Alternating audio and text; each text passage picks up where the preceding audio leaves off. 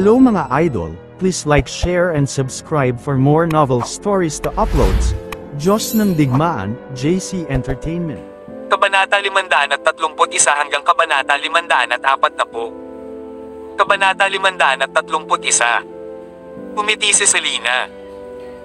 Namuo ang kagalakan sa kanyang puso matapos matanggap ang pagkilala ng kanyang lolo at pagtanggap ng pamilya Taylor. Tumanggo si Lolo Taylor. Pinahirapan ko kayong lahat nitong mga nakaraang taon, sabi niya na may malungkot na ekspresyon. Pero masyado kang rebelde noon. Walang paraan na mapapalayas kita nang hindi kita tinuturuan ng leksyon. Bueno. Tapos na ang lahat, at oo, medyo rebelde ako noong bata pa ako. Itinikom ni Selena ang kanyang mapupulang labi at naglakad, nahihiyang humawak sa braso ni Jack. Wala akong pinagsisisihan kahit kaunti, sabi niya, at matamis na ngumiti. Dahil nakita ko ang aking sarili na isang mabuting asawa. Ngayon nararamdaman ko na marahil ito ay kapalaran. Lahat tama. Basta huwag mo akong sisihin. Namumula ang mga mata ni Lolo Taylor. Ang personalidad ni Selena ay katulad niya, imposibleng matigas ang ulo. Sa totoo lang, nasasaktan ang kanyang puso para sa kanyang apo, ngunit mayroon siyang reputasyon na dapat panatilihin, at mahirap para sa kanya na bawiin ang anumang sinabi niya. MS. Diyosa ng Digmaan, hindi ba sa iyo ang perlas na ito? Bakit mo binigay kay Jack? Nagdilim ang ekspresyon ni Ivan, namumuo sa loob niya ang kawalang kasiyahan. Hindi niya inaasahan na magagawa talaga ni Jack ang tatlong gawain. Akala niya ay hindi na makakapaglabas si Jack ng isang bagay na nagkakahalaga ng 10 milyong dolyar. Espesyal pa ngang nagtalaga si Neil ng ilang lalaki para sundan si Jack para tingnan kung may binili siyang mahal. Hindi niya akalain na ihahanda ni Jack ang perlas na ito bilang regalo. Napangiti si Lana. Alam ng lahat na si Jack ay isang bihasang medical na practitioner. Ginamit niya ang kanyang mga medikal na kasanayan upang iligtas ang aking buhay sa larangan ng digmaan. Kaya, bale ang perlas na ito, mabibigyan ko siya ng 10 perlas at hindi pa rin ito magsisimulang magpahayag ng pasasalamat sa kanya. Nakita ko. Kaya, ito ang dahilan kung bakit dumating ang Diyosa ng Digmaan para sa kaarawan ni Lolo Taylor. Ulalas ng isang tao. Tama iyan. Sino ang nakakaalam na ang walang kwentang manugang ng pamilya Taylor ay hindi lamang makakakilala ng isang Diyosa ng Digmaan kundi na iligtas pa ang kanyang buhay noon. Anong swerte na may ugnay ng napakalapit sa isang Diyos ng Digmaan. Ulalas din ng isa pang mayamang negosyante. Sino ang maglalakas loob na labanan ng pamilya Taylor sa mga relasyong ito mula ngayon? Pagkatapos ng lahat, iniligtas ni Jack ang isang Diyosa ng Digmaan. Hindi niya tatanggihan ang isang paghingi ng tulong kung sa kanya ito nanggaling. Mabuti kaming magkaibigan ni Jack. Umisi si Lana at tumingin kay Jack. Syempre. Kailangan naming magsalo ng ilang inumin ang Diyosa ng Digmaan bago matapos ang gabi. Tumawa si Jack. Buti na lang at nakarating si Lana sa Eastfield. Hindi bababa sa maaari niyang tulungan siyang panatilihin ang kanyang takip, ang kanyang pagkakakilanlan ay pumutok kung hindi man. Pakiusap, pumasok, Diyosa ng Digmaan. Nakahinga ng maluwag si Lolo Taylor. Salamat na lang at lahat sila Ken, Michael, at ang iba pa ay umangan at nagdulot ng kaguluhan para sa Diyosa ng Digmaan. Doon lamang siya magkakaroon ng pagkakataon na pagmasdan ang lahat mula sa gilid. Kung hindi, maaaring siya ay pumunta sa harap at sumigaw sa kanya upang ipaliwanag ang kanyang sarili bago utusan siya na umalis sa tirahan ng pamilya Taylor. Ito ay magiging isang ganap na kapahamakan kung siya ay nagagalit sa kanya. Huwag mag-alala, umiti si Lana at naglakad papunta sa kotse niya. Naglabas siya ng isang mahaba at hugis parihaba na kahon at inihagis kay Zeus. Hindi pa kita nabibigyan ng 70th birthday gift mo, sir. Ito ay 1,000 taong gulang na Changsan Mountain Ginseng. Sana tanggapin mo, hingal na hingal ang karamihan. Ang 1,000 taong gulang na ginseng na ito ay halos isang pambansang kayamanan. Ito ay napakabihirang at mahirap hanapin. Ito, malamang na napakamahal nito. MS. Goddess of War, masyado kang mapagbigay. Ang Old Man Taylor ay nabigla sa kanyang kaibuturan ng labis na regalo. Nanginginig niyang kinuha ang kahon. Huwag kang mahiya. Isang mapaglarong ngiti ang sumili sa labi ni Lana. Ibinaling niya ang kanyang atensyon sa mataba, si Michael, na paralisado. Young Master Wilson, tama ba? I remember how rude you were to me just now, spelling such hateful comments, nakangiting sabi niya. Sabihin mo sa akin, ano ang dapat nating gawin tungkol dito? Kabanata 532. Si Michael ay nasa sahig, ganap na paralisado sa takot. Nang marinig niya ito, halos maihina niya ang kanyang pantalon. Nagsimulang tumulo ang malamig na pawis sa kanyang katawan. Bagamat humakbang din sina Ivan at Neil para komprontahin siya, nagsalita siya ng may pinakamaraming kagat at ginawa pa ang kanyang masayang sayaw sa pagtatangkang kutsain siya. Tila nagalit talaga siya sa Diyosa ng digmaan na ito. Goddess of War, please, maawa ka sa akin. Hindi ko alam na isa kang Diyosa ng digmaan. Ako, lumuhad si Michael sa sahig at nagsimulang magkawtaw sa kanya, ngunit tila may mabilis itong naisip at itinuro si Ivan. Nakikinig lang ako kay Ivan and the rest. Sabi nila, nililigawan daw ni Jack ang isang mayamang babae, Anya. Iniligaw nila ako. Inosente ako. Hindi akalain ni Ivan na maiisip ni Michael na hilahin siya pababa sa impyerno. Bigla siyang nabalot ng galit at gulat. Siya clenched kanyang ngipin at humakbang 2 hakbang pasulong, nanlilisik ng masama kay Michael. Young Master Wilson, mabuti tayong magkaibigan, di ba? Paano mo ako mabibintangan ng ganyan? Sino ang nagsabing gusto niyang makita ang tunay na kulay ng mayamang babae? Sino ang nagsabing may lihim siyang relasyon? At sino lamang ang tumangging makinig, ngunit nanatiling mayabang at matigas ang ulo? Walang ibang salita mula sa iyo. Malamig na bulong ni Michael. Don't tell me hindi mo rin siya tinawag na rich hag. Desidido siyang kalagkarin si Ivan pababa kasama niya. Alam na alam niya na tiyak ang kanyang kamatayan kung hindi niya kalagkarin si Ivan. Kahit hindi siya mamatay, malamang habang buhay siyang may kapansanan. Walang kwentang kalagkarin si Neil o Ken. Gayunman, iba si Ivan, siya ang young master ng pamilya Taylor, ang nag-iisang anak na lalaki. Walang paraan ng Diyosa ng digmaan ay maglakas loob na patayin siya. Iyon ay kaarawan ni Old Man Taylor, ang kanyang ika-70. Walang paraan ng isang Diyosa ng digmaan ay maglakas loob na patayin ang kanyang apo sa kanyang kaarawan. Ako, tinawag ko nga siyang rich hag pero gusto ko lang patunayan na mayaman siya. Iba talaga ang intensyon ko sa iyo. Ivan resorted to sophistry pero sa totoo lang, ang puso niya ay tumibok sa takot. Kung tutusin, kung hindi siya tinukoy ni Skylar at ng iba pa bilang a goddess of war, kanina, malamang ay nauna na siya at pag-alitan siya dahil sa pagiging walang hiya. Gustong matawa ni Lana nang makitang nagsasagutan ng 2 tanga na ito. Gayunpaman, pagkatapos niyang isipin ito, lumingon siya kay Jack at sinabing, Jack, sabihin mo sa akin. Paano ko ito aayusin? Kaarawan ngayon ni Old Man Taylor. Hindi magandang ideya na magbuhos ng dugo dito. Dapat ko na lang sigurong iligtas ang buhay ng baboy. Idinagdag niya, gayunpaman, sinira niya ang aming mga pangalan sa pamamagitan ng pag-claim na nililigawan mo ako. Hindi lamang nito naaapektuhan ang aking reputasyon, naaapektuhan din nito ang sa iyo, at maaaring itong magdulot ng hindi pagkakasundo sa pagitan mo at ng iyong asawa. Kaya, ikaw ang tumawag. Napahinga ng maluwag si Ivan nang marinig niyang si Jack na ang gagawa ng huling desisyon. Tila walang intensyon itong Diyosa ng digmaan na idiin pa ang issue. Bukod dito, si Jack ay manugang ng mga Taylor, at ang mga Taylor ay medyo may kaugnayan sa mga Wilson. Sa teoryang, dapat siyang tawaging pinsan ni Jack, kaya hindi niya kayang hindi iligtas ang kanyang reputasyon at idiin siya sa bagay na ito. Tama. Salamat, Diyosa ng digmaan. Nakahinga ng maluwag si Michael nang marinig niyang hindi siya mamamatay. Tapos, tumingin siya kay Jack. Jack, medyo matagal na tayong magkakilala. Pagbigyan mo na ako, tinabi niya. At saka, birthday ni Old Man Taylor ngayon, at ako ang kanyang iginagalang na panauhin. Dumapit ako para mag-celebrate.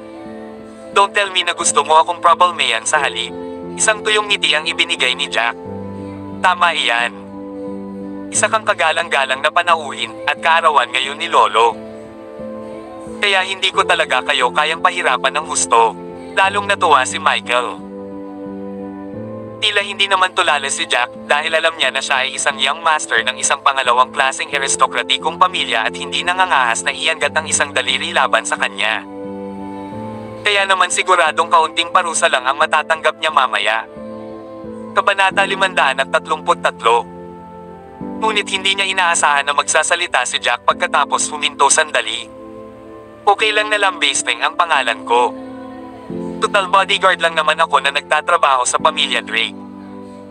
Gayunpaman, siniraan mo ang pangalan ng isang diyosa ng digmaan.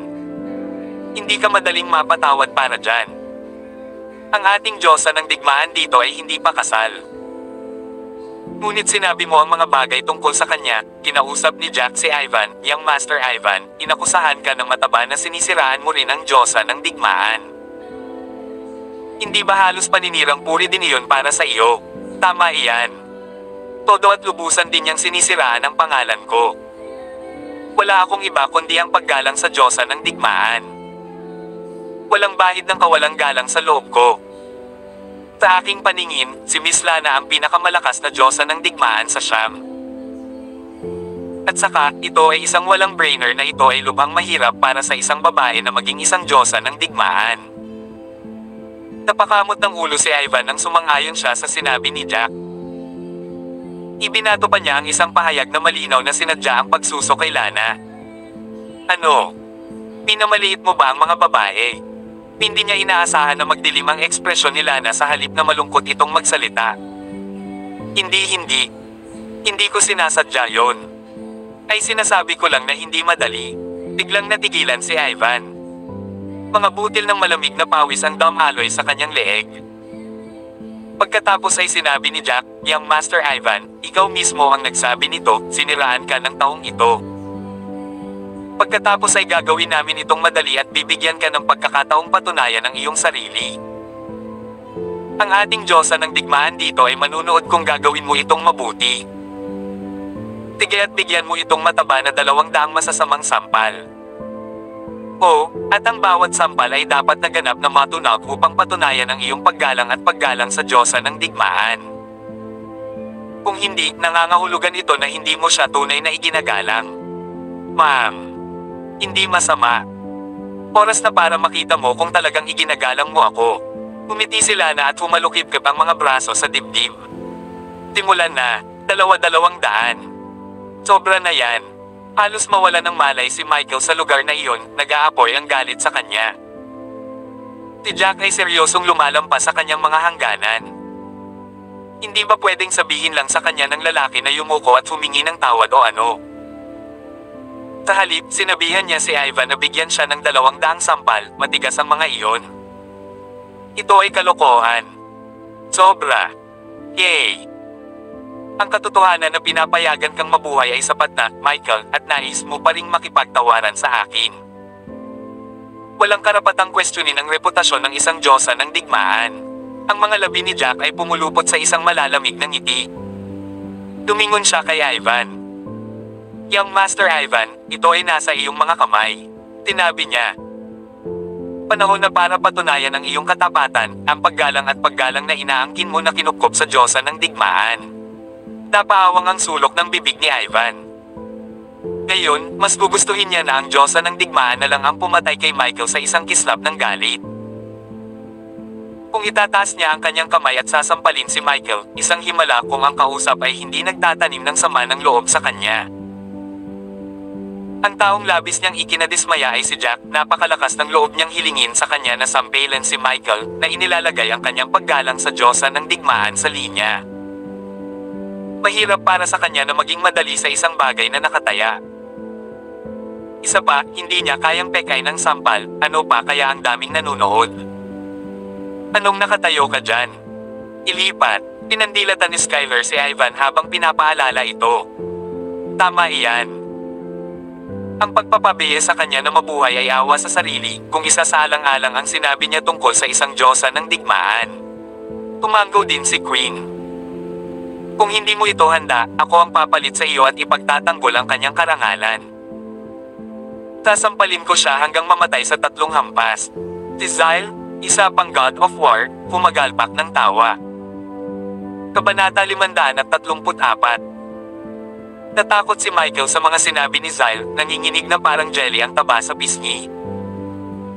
Ang apelyido ni Zyle ay halos kapareho ng pangalan ni Michael, Zyler Walker at Michael Wilson, na may parehong inisyal na U. Gayunpaman, hindi lamang siya tinulungan ng Diyos ng digmaang ito, naisipan pa niyang bugbugin siya. Napaisip si Michael sa sarili. Sa ngayon, hindi siya nag-iisip ng maayos. Siya ay nag-iisip ng mabuti, sinusubukang makaisip ng mga paraan upang makatakas sa kanyang sarili na mapatay sa 3 welga. Siya ay isang Diyos ng digmaan. Kung gagamitin niya ang kanyang buong lakas, hindi na niya kailangan ng 3 strike, isa lang. Pilasan mo, Ivan. Talunin mo ako. Ano pa ang hinihintay mo? Tigaw ni Michael, pakiramdam niya ay nasasakal siya. Wala siyang choice kung hindi ang pag-iigting ang kanyang mga ngipin. Mas mabuti pang bugbugin siya kaysa mamatay. Bukod, si Ivan ay isang young master na pinalaki na may pilak na kutsara sa kanyang bibig. Gaano kaya siya kalakas? Isa pa, naging mabuting kaibigan siya. Hindi naman siguro niya ito tatamaan ng ganoon kalakas. Kaya naman mas mabuting hayaan si Ivan ang pambubugbog kaysa sa isang God of War. Siya ang pinakagalit na galit kay Jack, ang Beastard. Ang lakas ng loob niyang gumawa ng ganitong paraan para parusahan siya. Maraming mayayamang negosyante dito, pati na rin ang mga aristokrata, mga general, at lahat sila ay nanunood sa kanya. Young Master Wilson, hindi ako magpipigil. Isang maliit na kislap ng tuwa ang lumukso sa puso ni Ivan. Tinubukan siyang hilahin ni Michael pababa sa putik sa isang mahalagang sandali kanina. Paano kung ang Diyosa ng digmaan ay nagpasya na parusahan din siya sa sobrang galit? Or worse, patayin mo siya. Saan siya iiyak at tatakbo noon? Smack! Itinaas ni Ivan ang kamay at hinampas sa mukha ni Michael. Ah, napakasakit, sumigaw si Michael. Namumula ang pisngi niya sa sakit at isang pulang bakas ang tumubo sa pwesto nito. Ikaw, nagtaas ng ulo si Michael at tumingin kay Ivan, huminga ng malalim. Yung Beastard. Hindi ba siya gumamit ng sobrang lakas? Hindi ba siya marunong magpigil ng konti? Ngunit hindi mapakali si Ivan. Lumingon siya at tinanong si Lana, Goddess of War, look here. Ang dami bang lakas na ito ay angkop? Hindi masama. Siguraduhin lamang na ipagpatuloy ang mabuting gawain. Tumanggaw si Lana. Ang loob ni Michael ay naging buhol. Iyon ang dahilan kung bakit sinadya ni Ivan na gumamit ng higit na lakas ito ay upang makita kung ang Diyosa ng digmaan ay nasisiyahan dito. Para lang makuha ang approval niya. Pagkatapos, itataas niya muli ang kanyang braso ng mataas, at bago siya hampasin, babagal siya sa huling minuto. Sa ganoong paraan, tila nag-aaruga siya para sa isang mabangis na hampas, ngunit sa katotohanan, ang kanyang suntok ay bahagyang lumambot. Naniniwala si Michael na kayang gawin ito ni Ivan. Smack! Sa kanyang pagmumuni-muni, muli siyang sinampal ni Ivan, sa pagkakataong ito ay sa kabilang pisngi. Pakiramdam niya ay mas nilagyan ng kaunting lakas ng Beastard na ito ang sampal na ito kumpara sa huli. Ah, nagnganga ang mga ngipin ni Michael at binaril si Ivan ng isang matinding titig. Wala nang ibang paraan, young Master Wilson. Tingnan mo, napakaraming tao ang nanonood. Wala akong choice kundi sampelan ka sa tahasang kawalan mo ng respeto sa Diyosa ng digmaan. Kung tutuusin, idol ko ang Diyosa ng digmaan. Siya ang ultimate goddess sa puso ko. Isang mapait na ngiti ang sumili sa labi ni Ivan habang sumasaludo kay Michael gamit ang kanyang kamao at palad. Natigilan si Michael. Ang F-sucker na si Ivan na iyon, naiisip ba niyang sumipsop sa Goddess of War? He used that much strength just to gain her favor. Wala bang halaga ang mga taon ng pagkakaibigang pinagsaluhan nila? Hindi gaanong nagsasalita, mas maraming ginagawa. Agad na sambit ni Lana. 2 sampal pa lang ang binigay niya sa akin pero masyado na silang nag-uusap. Pagkatapos ay sinulyapan niya si Neil na nakatayo sa hindi kalayuan, natatakot na takot na nagbibigay sa kanya ng gilid ng mata. Pumunta ka na dito, tinggal niya sa kanya. Kabanata 535. Itinuring ni Neil ang kanyang sarili na maswerte, natutuwa sa katotohanang tila nakalimutan na ng Diyosa ng digmaan ang lahat ng sinabi niya kanina. Sa kanyang isipan, patuloy siyang nagdadasal na sana ay huwag itong magtanim ng sama ng loob sa kanya at hayaang dumaustas ang issue. Sa sobrang pagkadismaya niya, bigla siyang sinigawan na pumunta. Posibleng siya ang pakay niya ngayon. Ang ama ni Neil, si Hugo, ay takot din sa kanyang anak. Gusto niyang lumapit at humingi ng tawad sa kanya. Umaban siya ng isang hakbang bago siya huminto. Ito ay hindi lamang sino man sa harap niya, ito ay isang Diyosa ng digmaan. Kung humingi siya ng awa, maaaring magalit siya sa kanya at ipapatay ang kanyang buong pamilya o mas masahol pa, at ang magagawa lang niya sa puntong iyon ay sisihin ang kanyang malas. Kaya naman, nakatayo lang siya roon, nakaugat sa kanyang kinatatayuan, natatakot na humakbang pa. Goddess of War, may problema ba? Napalunok si Neil, nanginginig ang boses. Bilangin mo ang mga sampal. Huwag mong palampasin ang kahit isa, sabi ni Lana sa kanya. Oo, ma'am. Malakas na iniangat ni Neil ang kanyang ulo. Sobrang nakakatakot. Ang kanyang puso ay nagbabantang lalabas mula sa kanyang dibdib anumang oras. Buti na lang, pinatawag lang siya nito para magbilang. 3, 4, paulit-ulit na sinampal ni Ivan si Michael. Mabilis na lumuwa ang mukha ng huli na kasing laki ng lobo, tumutulo ang dugo sa mga sulok ng kanyang bibig. Samantala, si Ivan naman ay nakaramdam ng matinding sakit sa kanyang kamay pagkatapos ng ilang sandali ng paghampas, na tila ba namamagana rin ito. Siya yung natama ng iba, pero masakit din yung kamay niya. Siya ay mas mahusay lamang sa pamamagitan ng isang bahagyang margin. Bagamat hindi siya ang nasampal, ang gumagawa ng sampal ay hindi mas mahusay. 79, hindi nagtagal, 79 na sampal ang ibinigay.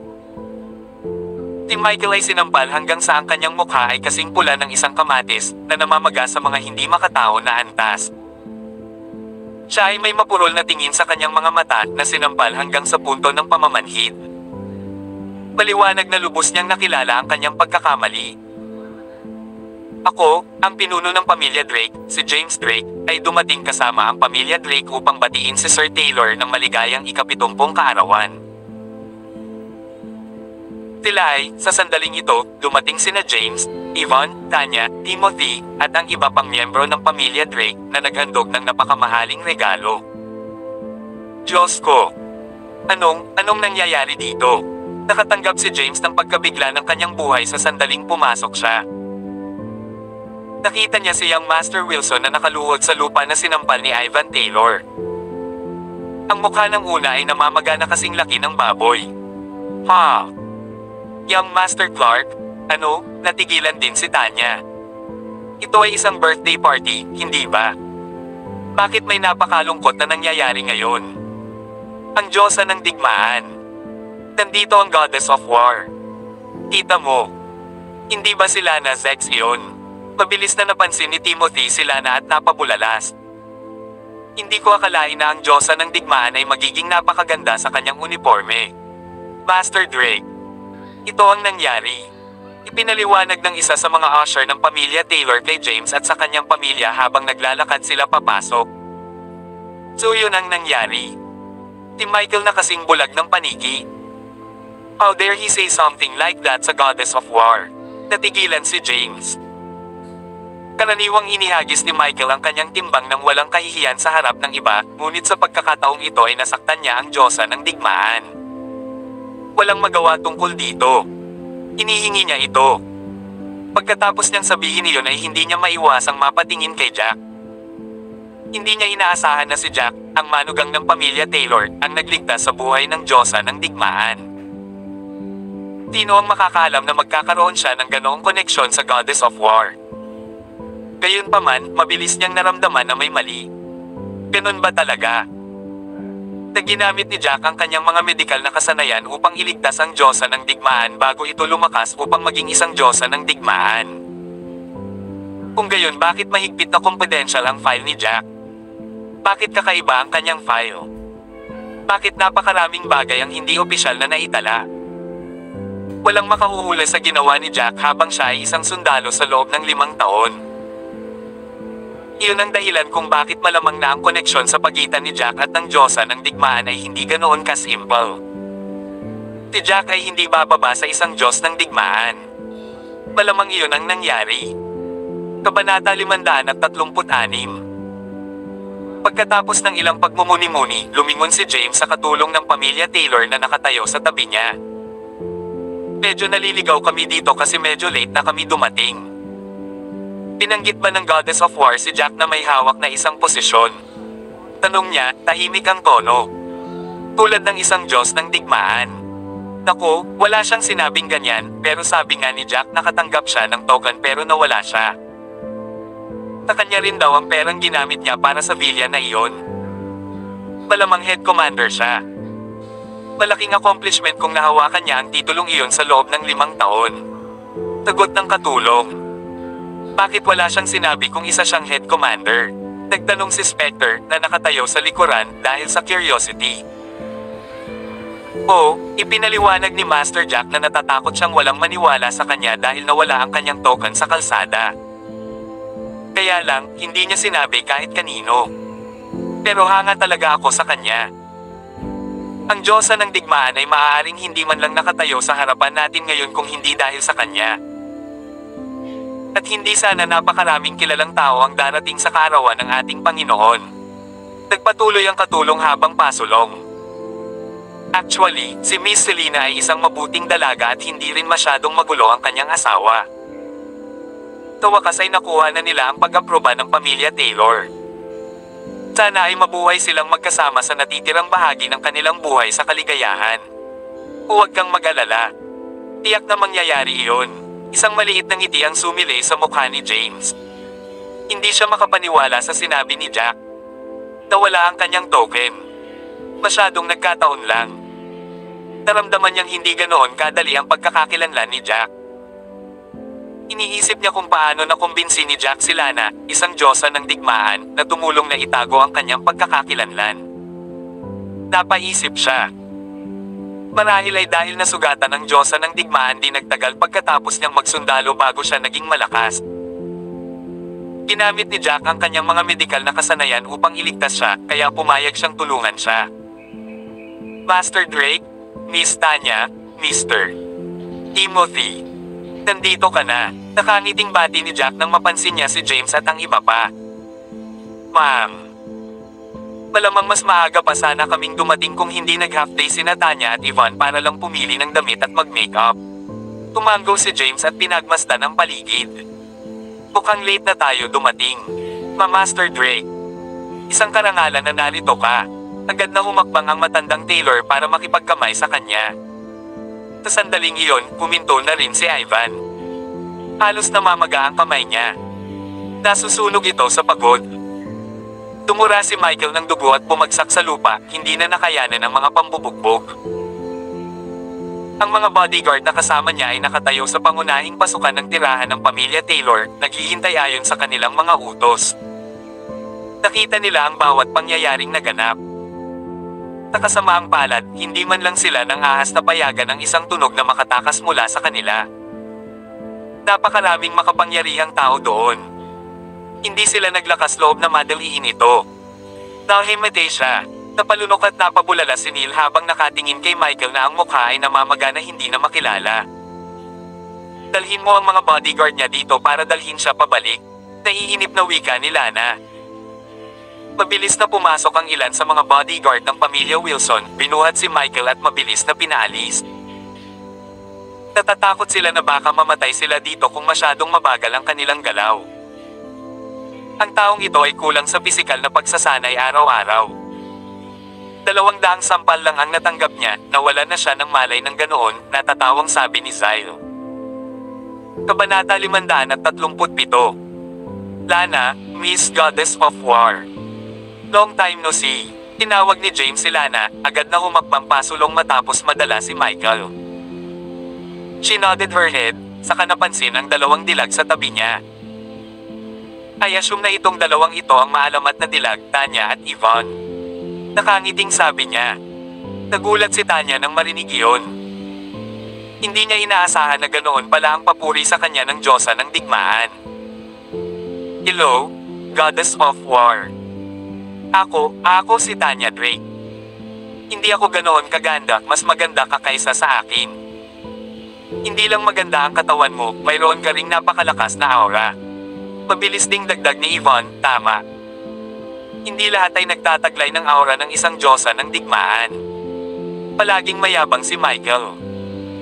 Hindi na siguro siya mangangahas na maging mayabang pagkatapos ng pangyayaring ito.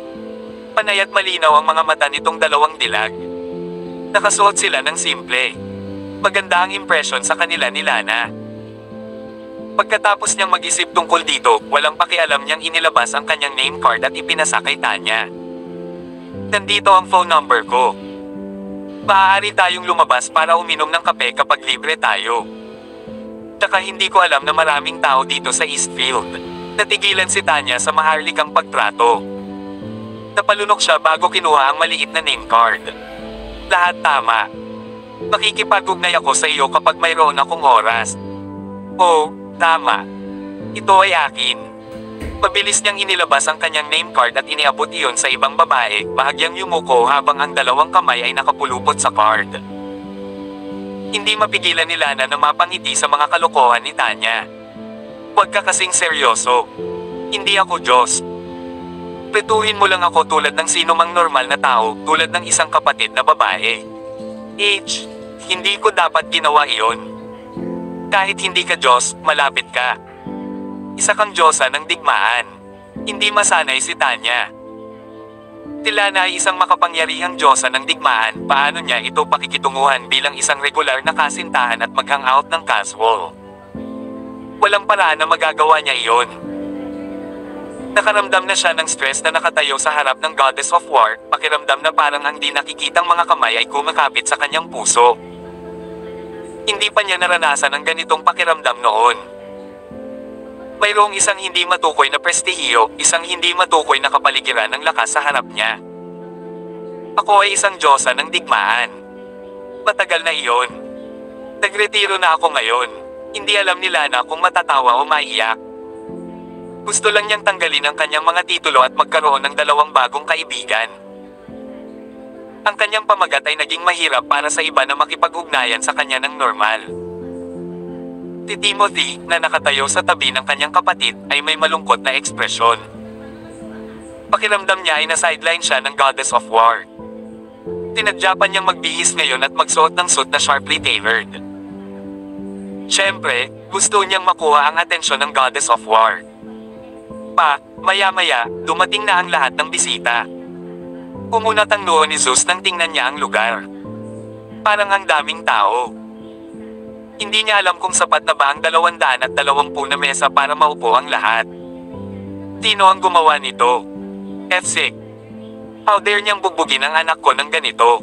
Si Michael ay dinala pabalik sa mansyon ng pamilya Wilson. Nakita siya ng padre de pamilya Wilson habang siya ay dinadala. Agad niyang tinawag ang ilan sa mga miyembro ng pamilya Wilson upang saksihan ang sitwasyon. Diyos ko! Anong nangyari sa young master? Ang mukha niya ay bagbog at sobrang namamaga na parang baboy. Hindi ko naman siguro siya makikilala kung hindi dahil sa damit niya na suot niya kaninang umaga. Napangiwi ang isa sa mga miyembro ng Wilson nang makita ang estado ni Michael. Sino ang gumawa nito? Sino ang gumawa nito? Puputukin ko siya. Naikuyom ni Master Wilson ang kanyang mga kamay sa mga kamao. Ito ang kanyang anak, ang kanyang laman at dugo. Siya mismo ay walang pusong saktan siya. Hindi niya akalain na mabubugbog siya hanggang sa ganitong estado. Tama iyan. Dapat natin siyang ipaghiganti at patayin ang buong pamilya ng salarin. Sabi din ng caretaker ng pamilya Wilson na ikinatawa. Master, sinaktan ng young master ang isang Diyosa ng digmaan, maingat na nagsalita ang isa sa mga bodyguard, itinaas ang kanyang ulo. Kabanata 538. Sino ang nasaktan niya? Hindi mahalaga kung sino, hindi ko siya hahayaang mabuhay para makita ang liwanag ng araw. Tigaw ni Master Wilson. Galit na galit siya at sisabog na sa galit. Gayunpaman, bigla siyang natigilan pagkatapos sabihin iyon. Maghintay ka. Sino ang nasaktan niya, sabi mo? Tinaktan niya ang isang diyosa ng digmaan. Tama, Master. Tinaktan niya ang diyosa ng digmaan, Lana Vex. Paliwanag ng bodyguard. Tapos na tayo, Master. Masyadong makapangyarihan ang taong nasaktan niya sa pagkakataong ito. Isang himala na hindi siya dumating para sa aming buong pamilya. Nagdilim ang ekspresyon ng tagapag-alaga ng pamilya Wilson, biglang sumuko sa kapalaran. Hindi pwede. Seryoso niyang sinaktan ng isang Diyos ng digmaan. Napalunok si Master Wilson.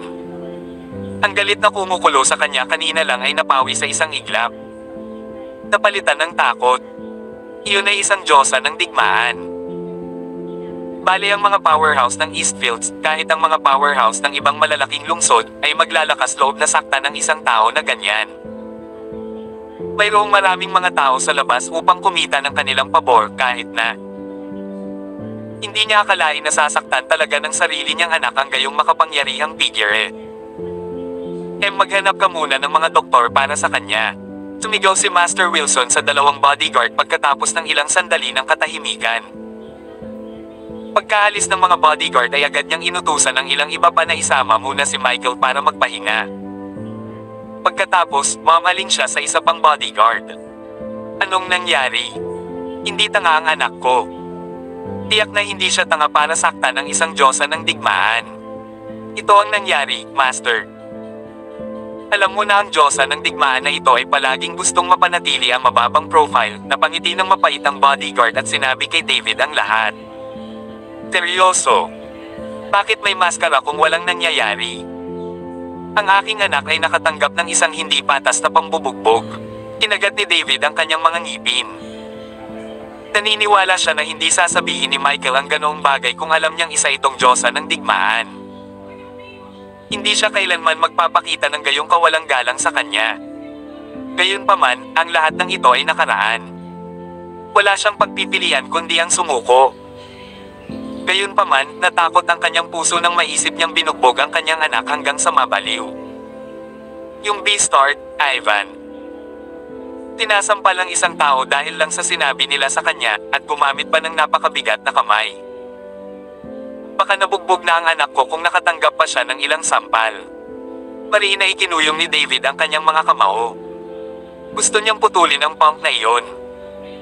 Master, hindi natin masisisi si Ivan. Lahat ng ito ay plano ni Jack, ang manugang na iyon ng pamilya Taylor. Alam mo na ang young Master Wilson ay may interes sa kanyang asawa. Natural, si Jack ay magkakaroon din ng hindi pagkakaunawaan sa loob niya. Hindi magiging madali ang kumuha ng diyosa ng digmaan para payagan siyang harapin ang parusa. Paano niya palalampasan ang ganoong pagkakataon? Kaya naman pinarusahan niya ang young Master. Gayunpaman, ako mismo ay nag-iisip na ito ay sobra. Kahit anong sabihin mo, second-class aristocrats pa rin tayo. Tapat na sana para mapaluhod ang young Master at yumuko para humingi ng tawad. Bakit kailangan niyang makatanggap ng 200 sampal? 200, napabuntong hininga na sabi ng bodyguard. Kabanata 539. Jack. Katatapos lang niyang magretiro sa militar, ngunit mayroon siyang lakas ng loob na labanan ang aming pamilya at gumawa ng napakasamang bagay laban sa aking anak. Ako, si David Wilson, ang magtuturo sa kanya ng lasa ng panghihinayang. Mabilis na itinuro ng mga sinabi ng bodyguard ang pagkamuhi ni David kay Jack. Tama iyan. Napakasama ni Jack, guro. Wala rin namang choice si Ivan. Napakaraming tao doon, at ang diyosa ng digmaan ay nanunood kaya kailangan niyang gamitin ang kanyang lakas. Kung hindi, sasabihin nila na ang mga sampal ay hindi binibilang at kailangan niyang magsimula muli. Kaya, naturally, alam ng bodyguard na maganda ang pagkakaibigan nina Michael at Ivan. Alam niyang kalaban nila si Jack, kaya naglagay pa siya ng magandang salita para kay Ivan. Sige. Nakuha ko, tumango si David. Siyempre, maaaring nailigtas ni Jack ang diyosa ng digmaan. Ngunit binigyan niya siya ng mga makinang na perlas na nagkakahalaga ng $500 milyong at inilagay pa niya siya sa isang pedestal sa kaarawan ni Old Man Taylor. Malamang ay halos matupad na ang utang nito sa kanya. Hinding-hindi ko makakalimutan ang pangyayaring ito. Hindi ko man siya kayang harapin ngayon. Mag-iisip ako ng paraan para patayin si Jack. Sa sandaling iyon, sa isang tore sa tapat ng tirahan ng pamilya Taylor, kakaunti ang gumagamit ng binocular upang obserbahan ang sitwasyon sa villa. Umuugong. Ang daming nagpunta. At medyo marami ang Kings of War dito. Dumating din sila na Zex. Isang lalaking may determinadong mukha ang nagsalita, nagdilim ang kanyang ekspresyon habang dahan-dahang ibinaba ang kanyang binocular. Tama iyan. Tinabutahe ni Jack ang iyong Panginoon sa huling pagkakataon. Sino ang nakakaalam na ang isang Diyosa ng digmaan ay magsasabi na siya ay tumutulong sa pag-alis ng isang panganib? Kahit nabigyan siya ng mukha upang ipagdiwang ang kaarawan ng matanda. Malamig na ngumiti si Quill bago nagpatuloy, at ang iba pang mga Diyos ng digmaan ay dumating na lahat. Siyempre, gusto ko silang makita. Ang Diyosa ng digmaan na iyon ay may magandang figure at hindi rin siya kalahating masama. Yay! Sa tingin ko, marami ang nag-iisip na patulugin siya. Sok-sok. Tayang naman ang babaeng ganyan ay masyadong malakas para sa mga tulad ng normal na kapwa. Mahuhuli siya kung sino man ang makapag-reel sa kanya. Hindi niya inaasahan na bibigyan siya ng lalaki ng isang marahas na backhanded slap sa kanyang mukha pagkatapos niyang sabihin iyon. Ikaw, galit na galit si Quill, ngunit mabilis niyang naalala na ito ang apprentice ni King of War na si Magnus Sutherland na kausap niya. Isa siyang head commander. Ang mga bodyguard na kasama ni Quill ay walang kapantay sa kanya. Tinaboy ni Jack ang aking amo hanggang sa mamatay. Gusto ko siyang patayin at ipaghiganti ang aking amo. Tumigas ang ekspresyon ng lalaki, nagugat sa kanyang titig ang pagpatay. Ngunit ang isang Diyosa ng digmaan ay hindi karapat-dapat na sir ng isang tulad mo, sinabi niya kay Quill. Huwag mo nang isipin na may gawin sa kanya. Hindi ka magiging komportable sa Space City ngayon kung hindi namin isinakripisyo ang mga sarili namin sa digmaan. Hindi ba? Malinaw na kahit na gusto ng lalaki na ipaghiganti ang kanyang amo, mayroon pa rin siyang sukdulang paggalang sa mga Gods of War. Ang 9 Great Gods of War at ang Supreme Warrior ay halos mga Diyos sa kanyang puso. Naiintindihan. Kahit galit ay nagawa ni Quill na ngumiti. Kailan mo balak lumipat? Makalipas ang ilang araw. Nangyari ito hindi pa gaanong katagal, kaya ayaw kong maakit ang hinala ng Diyos at mga hari ng digmaan. Hahanap ako ng pagkakataon para patayin si Jack pagkatapos ng ilang araw. Sandaling nag-isip ang lalaki sa kasinabi, huwag kang mag-alala. Ikaw na mismo ang nagsabi na mayroon siyang kakayahan na kayang tumugma sa isang pinunong commander. Siya ay malakas, ngunit hindi ito magiging problema kapag kaharap ang isang aktwal na pinunong commander na tulad ko. Lahat tama, sabi ni Quill sabay tango ng ulo. Hindi niya inaasahan na magbubuntong hininga ang nasa katanghaliang gulang na lalaki sa sandaling ito. Hindi ko akalain na ang aking Panginoon, ang matandang nagambag ng malaki sa ating bansa at pumatay ng napakaraming kaaway, ay makakatagpo ng ganoong katapusan. Ito ay gumagawa lamang ng isang napakapait na pagkabigo. Ano man ang mangyari, ang kanyang mga kasalanan ay hindi nagdulot ng hatol ng kamatayan. Lahat ng ito ay dahil kay Jack. Hindi sana namatay ang aking amo kung hindi niya tinawag ang Diyosa ng digmaan. Kabanata 540. Lahat tama. Hahayaan natin si Jack na mabuhay ng ilang araw pa. Isang walang halong ngiti si Quill. Nag-isip muna siya saglit bago niya idinagdag, napansin ko kasi na hindi mo regular beauty ang asawa niya. Wala ka bang pakialam kung magpakatanga ako sa kanya pagkatapos mong patayin siya? Pumikit ang ekspresyon ng lalaki, walang emosyon. Tumingin siya kay Quill sa tabi niya at sinabing, bagay mo yan. Wala itong kinalaman sa akin. Ang layunin ko lang ay sirain ang ulo ng punk na iyon. Pagkatapos niyang sabihin iyon ay umikot ang lalaki at umalis. Inintay ni Quill na umalis ang lalaki bago ito nagsalita sa malamig na tono, F6. Head Commander ka lang. Araw-araw na nagpapalabas sa harapan ko habang naghihintay ng masasarap na pagkain at inumin na ihain sa iyo. At maglakas loob kang saktan ako. Chitty. Busog ka talaga sa sarili mo. Ang mga bodyguard na nakapaligid sa kanya ay may kakaibang ekspresyon. Wala silang masabi sa usapin. Bagamat isang head commander lang ang lalaki, hindi nila kayang masaktan ng ganoon kadali. Walang manlalaban sa pamilya Zenos ang maihahambing sa kanya. Hindi ko akalain na ang babae ni Jack ay tatawaging number 1 beauty queen ng Eastfield. Yay! May hindi inaasahang pabuya na naghihintay sa akin sa pagtatapos nito. Isang masama ang mabilis na pumulupot sa mga labi ni Quill. Mukhang maganda rin ang girlfriend ng bayaw niya, sabi niya. Kapag namatay si Jack, kidnapin mo yung 2 babae para sa akin.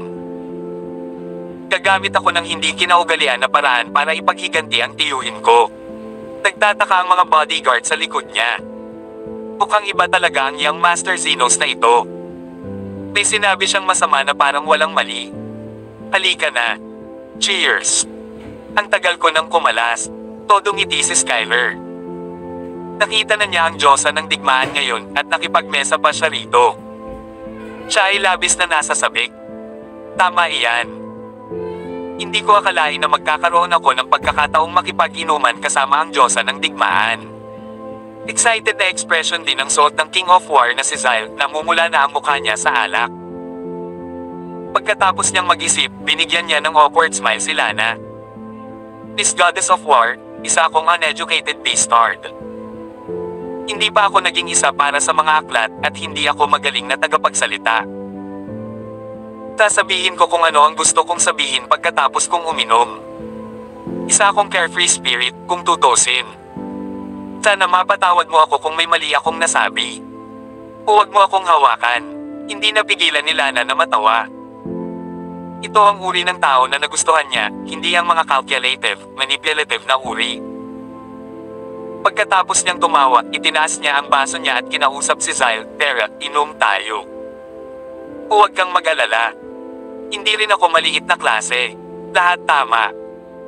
Aalisin ko muna ang baso ko para magpakita ng respeto sa iyo. Hindi inaasahan ni Zyle na magpo-propose sila na ng inuman sa kanya. Nagulat siya sa biglang atensyon at nagmamadali niyang nilagok ang baso niya. Hindi maiwasang mapangiti ang mga taong nanonood. Bukod sa maliit na sinok kanina, medyo masaya ang lahat sa party. Isang mesa lang sa 200 ang walang laman. Yung iba na puno lahat. Dahil dito, nakahinga ng maluwag si Zeus. Sa pagkakataong ito, umani ng maraming gantimpala ang pamilya Taylor. Ang kanilang reputasyon ay makabuluhang napabuti. Higit sa lahat ay nagbigay ng mamahaling regalo. Ang ilan sa mga regalong pera ay umabot sa ilang daang libo, kahit ilang milyon, 10 milyon.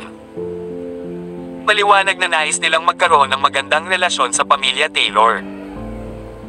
Pagkatapos ng lahat, ang katotohanan na ang mga Diyos ng digmaan ay narito upang makibahagi sa pagdiriwang ay nangangahulugan na si Jack ay napakalapit sa kanila. Ngayong alam na ng lahat na iniligtas ni Jack ang buhay ng Diyosa ng digmaan, lahat ay gustong maging malapit sa pamilya Taylor. Hindi bababasa, ang pamilya Taylor ay hindi ma-provoke ng sinumang regular na tao. Gumastos sila ng humigit kumulang 10 o 20 milyong dolyar sa party at nakatanggap ng mga cash na regalo na nagkakahalaga ng milyon-milyon. Hindi pa nito kasama ang iba pang mga regalong natanggap nila. Please subscribe and hit the notification bell for more novel stories. JC Entertainment.